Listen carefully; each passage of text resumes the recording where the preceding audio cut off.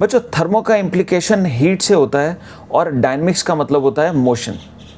Thermodynamics physics की वो branch है जिसमें हम हीट, एनर्जी, वर्क और इनके इंटर रिलेशनशिप की बात करते हैं। साथ में हम थर्मोडायनेमिक्स की प्रैक्टिकल एप्लीकेशंस जैसे कि इंजन, रेफ्रिजरेटर, एसी, इन सब की चर्चा करते हैं। बच्चों कार के इंजन में गैसोलीन जब ऑक्सीजन के साथ केमिकली रिएक्ट करता है तो हीट प्रोड्यूस होती है। ये हीट पिस्टन को पुश करती है और कार को ड्राइव करती है, कार को काइनेटिक एनर्जी प्रोवाइड करती है। लाइकवाइज एयर कंडीशनर की वर्किंग को भी सेकंड लॉ ऑफ थर्मोडायनेमिक्स से आप लोग अप्रिशिएट कर सकते हैं। बच्चों इन दो एग्जाम्पल से आप समझ गए होंगे कि थर्मोडायनेमिक्स हमारी डेली लाइफ को कितना इम्पैक्ट करती है। खाली हमारी डेली लाइफ को ही नहीं, अगर हमारे कॉम्पिटिटिव एग्जाम के स्कोर की बात करें तो उसको भी ये सिग्निफिकेंटली इफेक्ट कर सकती है, पर्टिकुलरली क्योंकि थर्मोडायनेमिक्स केमिस्ट्री का भी पार्ट है। बच्चों आइए जान लेते हैं कि इस चैप्टर के इंपॉर्टेंट टॉपिक्स क्या हैं। बच्चों पहला इंपॉर्टेंट टॉपिक है 3 types of thermodynamic systems, namely open, closed and isolated.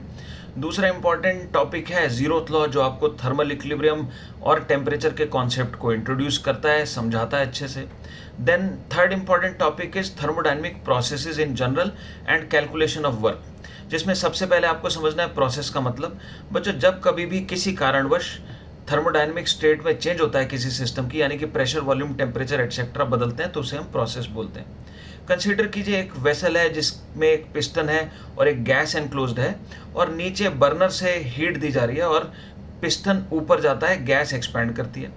तो बच्चों इस प्रोसेस में गैस का वॉल्यूम चेंज हो गया और शायद टेम्परेचर भी चेंज हुआ हो, तो इसे हम प्रोसेस बोल सकते हैं। नेक्स्ट अपने को ये समझना है कि इस प्रोसेस में वर्क कैलकुलेशन कैसे करें।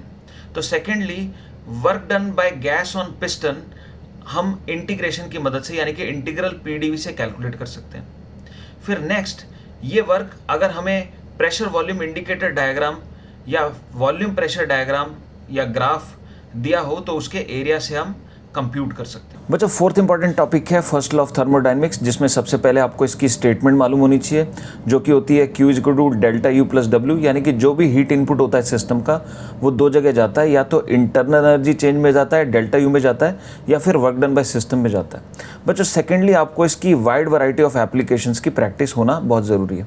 बच्चों फिफ्थ इंपॉर्टेंट टॉपिक है स्टैंडर्ड प्रोसेसेस, जिसमें आपको आइसोकोरिक प्रोसेस जिसमें वॉल्यूम कांस्टेंट होता है, आइसोबारिक जिसमें प्रेशर कांस्टेंट होता है, आइसोथर्मल जिसमें टेम्परेचर कांस्टेंट होता है, एडियाबैटिक जिसे आइसेंट्रोपिक प्रोसेस भी बोलते हैं, इसमें हीट एक्सचेंज जीरो होती है। इन सभी प्रोसेसेस में work calculation, heat input calculation, then molar specific heat capacity, then इन प्रोसेसेस के ग्राफ्स, इंडिकेटर डायग्राम्स मालूम होने चाहिए बहुत अच्छे से। देन नेक्स्ट बच्चों, एडियाबैटिक प्रोसेस के लिए खास तौर पर आपको इसका लॉ PV रेस्ट पर gamma is equal to constant, जिसको पॉइजन्स इक्वेशन भी बोलते हैं, इसकी एप्लीकेशंस न्यूमेरिकल्स में अच्छे से आनी चाहिए क्योंकि कॉम्पिटिटिव एग्जाम का फेवरेट है ये। देन बच्चों नेक्स्ट आपको आइसोथर्म एंड एडियाबैट इनके स्लोप कंपैरिजन अच्छे से मालूम होने चाहिए। और बच्चों साथ में आपको ये जो डिफरेंट प्रोसेस हैं इनमें वर्क डन का कंपैरिजन यूजिंग ग्राफ्स आना चाहिए, इंपॉर्टेंट है। बच्चों सिक्स्थ आपको मेयर्स रिलेशन मालूम होना चाहिए, जो कि गैस की principal molar specific heat capacities, जो कि आइसोबारिक एंड आइसोकोरिक प्रोसेस की स्पेसिफिक हीट कैपेसिटीज़ होती हैं। CP और CV का रिलेशन होता है, जो कि होता है CP minus CV is equal to R। ये केवल आइडियल गैस इक्वेशन के लिए वैलिड होता है, ये आपको मालूम होना चाहिए। इनफैक्ट यदि इसको स्पेसिफिक हीट कैपेसिटीज़ की टर्म्स में लिखा जाए तो राइट हैंड साइड पर कैपिटल R के बजाय R बाय मोलर मास आ जाता है, ये ध्यान रखिएगा। बच्चों सेवंथ और काफ़ी इंपॉर्टेंट टॉपिक है पॉलीट्रॉपिक प्रोसेस। इसमें सबसे पहले इसकी इक्वेशन या लॉ, जो कि होता है PV रेस्ट पर x is equal to constant, जिसमें PV प्रेशर वॉल्यूम है, x को प्रोसेस का इंडेक्स बोला जाता है, जो कि कोई भी रियल नंबर हो सकता है। देन सेकंड बच्चों आपको इसमें वर्क कैलकुलेशन करना आना चाहिए, उसका फॉर्मूला आना चाहिए। देन थर्ड बच्चों आपको इस प्रोसेस की molar specific heat capacity capital C से डिनोट करते हैं, उसकी नॉलेज होनी चाहिए, उसका ग्राफ विद इंडेक्स मालूम होना चाहिए। देन फोर्थ बच्चों आपको PV diagram for any polytropic process बनाना आना चाहिए और उसकी स्लोप की अंडरस्टैंडिंग होनी चाहिए। देन फिफ्थ आपको इस प्रोसेस के लिए बच्चों बल्क्स मॉडुलस की वैल्यू, बल्क्स मॉडुलस का एक्सप्रेशन मालूम होना चाहिए। और बच्चों सिक्स्थ खास तौर पे आपको पॉलीट्रॉपिक प्रोसेस में गैस का वॉल्यूमेट्रिक कोफिशिएंट ऑफ एक्सपेंशन भी कैलकुलेट करना आना चाहिए, ये इंपॉर्टेंट है। बच्चों 8th इंपॉर्टेंट टॉपिक है फ्री एक्सपेंशन या एक्सपेंशन अगेंस्ट वैक्यूम, जिसमें ध्यान रखिएगा अगर ये इंसुलेटेड कंडीशंस में हो रही है तो Q, डेल्टा U, W सभी 0 होते हैं। 9th इंपॉर्टेंट चीज़ है साइक्लिक प्रोसेस, यानी कि ऐसी प्रोसेस जिसमें गैस की इनिशियल और फाइनल स्टेट सेम होती है। इसमें सबसे पहले आपको वर्क डन बाय गैस की कैलकुलेशन यूजिंग PV साइकिल या VP साइकिल आनी चाहिए। सेकेंडली आपको एफिशिएंसी कैलकुलेशन आनी चाहिए यूजिंग PV साइकिल या फिर temperature entropy diagram. 10th important topic है सेकेंड लॉ ऑफ थर्मोडायनेमिक्स, जिसकी 2 स्टेटमेंट्स होती हैं, दोनों आपको क्लियर होनी चाहिए। Then second law of thermodynamics की एप्लीकेशंस, यानी कि 11th इंपॉर्टेंट टॉपिक है हीट इंजन। इंजन बच्चों यानी कि ऐसी डिवाइस जो हीट को वर्क में कन्वर्ट करती है। स्टीम इंजन, पेट्रोल इंजन आपने सुना होगा। इसमें सबसे पहले आपको इंजन का मॉडल पता होना चाहिए। सेकेंडली आपको आइडल इंजन या कार्नोट इंजन के बारे में साइकिल और एफिशिएंसी कैलकुलेशन पता होनी चाहिए। थर्ड आपको कार्नोट इंजन्स यदि सीरीज़ में हो, इस तरह के क्वेश्चंस की वैरायटी की प्रैक्टिस होनी ज़रूरी है। बच्चों 12th इंपॉर्टेंट टॉपिक है रेफ्रिजरेटर, या फिर इसको हीट पंप या फिर एयर कंडीशनर वाला टॉपिक भी बोल सकते हैं। इसमें सबसे पहले रेफ्रिजरेटर या हीट पंप का मॉडल मालूम होना चाहिए। सेकेंडली कोएफिशिएंट ऑफ परफॉर्मेंस की डेफिनेशन, मीनिंग पता होना चाहिए। थर्डली कार्नोट रेफ्रिजरेटर, इसकी साइकिल और कोएफिशिएंट ऑफ परफॉर्मेंस आपको कैलकुलेट करनी आनी चाहिए। और लास्ट बच्चों रेफ्रिजरेटर को इंजन में कन्वर्जन वाले क्वेश्चंस या वाइसा वर्सा, ये क्वेश्चंस आपको करने आने चाहिए। बच्चों किसी भी टॉपिक में यदि आपको एज लेना है तो उसके आपको इजी पोर्शंस भी पता होने चाहिए। आइए जान लेते हैं थर्मोडायनेमिक्स में इजी टॉपिक्स क्या हैं। बच्चों पहला इजी टॉपिक है वर्क कैलकुलेशन। दूसरा इजी पार्ट है स्टैंडर्ड प्रोसेसेस जैसे कि आइसोथर्मल, एडियाबैटिक एटसेट्रा। तीसरा इजी पार्ट है पॉलीट्रॉपिक प्रोसेसेस। बच्चों अगर हमें डिफ़िकल्ट पार्ट्स भी, टॉपिक्स भी पहले से पता है, हम उनकी ज़्यादा प्रैक्टिस करके एग्ज़ाम में इजीली क्वेश्चंस कर सकते हैं। तो जान लेते हैं थर्मोडायनेमिक्स के डिफ़िकल्ट टॉपिक्स क्या हैं। तो पहला है बच्चों नॉन स्टैंडर्ड प्रोसेसेस, यानी कि ऐसी प्रोसेसेस जो आपने कम प्रैक्टिस की है या कम देखने को मिलती हैं, या हो सकता है आप पहली बार ही देख रहे हैं एग्ज़ाम में, तो इनको फंडामेंटल से डील करना पड़ता है।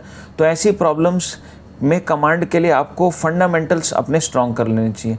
देन सेकंड डिफ़िकल्ट पार्ट है प्रोसेसेस जिसमें वेसल में मल्टीपल कंपार्टमेंट्स होते हैं और सेपरेटर्स भी अलग अलग वैरायटी के हो सकते हैं, यानी कि इंसुलेटेड हो सकते हैं, एडियाबैटिक हो सकते हैं, या फिर डायथर्मिक या कंडक्टिंग हो सकते हैं।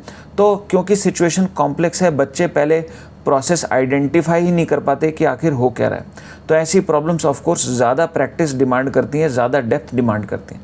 बच्चों थर्ड डिफ़िकल्ट पार्ट है एंट्रोपी, इसको भी आप अच्छे से समझ लीजिएगा। बच्चों नेक्स्ट समझ लेते हैं थर्मोडायनेमिक्स में गुड कमांड के लिए प्री रिक्विजिट्स क्या हैं।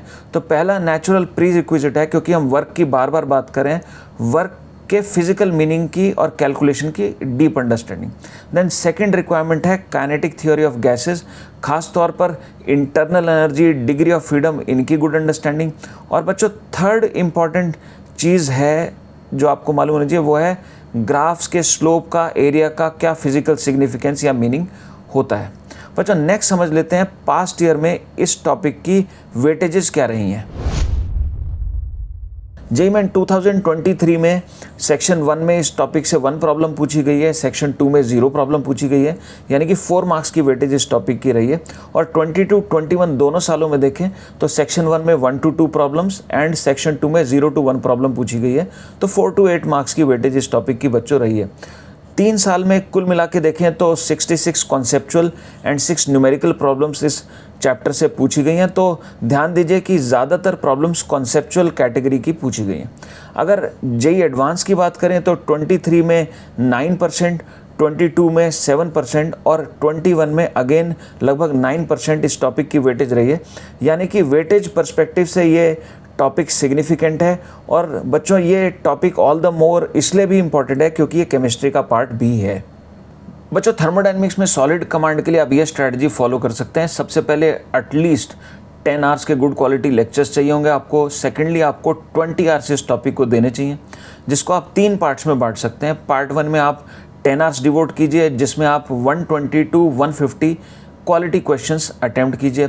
जब आपके थोड़े कॉन्सेप्ट्स बन जाएं तो सेकंड पार्ट में रिवीजन के दौरान आप अगेन 5 आवर्स इस टॉपिक को डिवोट कीजिए, जिसमें 2 आवर्स का एक टेस्ट जो कि इजी टू मॉडरेट लेवल का होना चाहिए आप अटेम्प्ट कीजिए।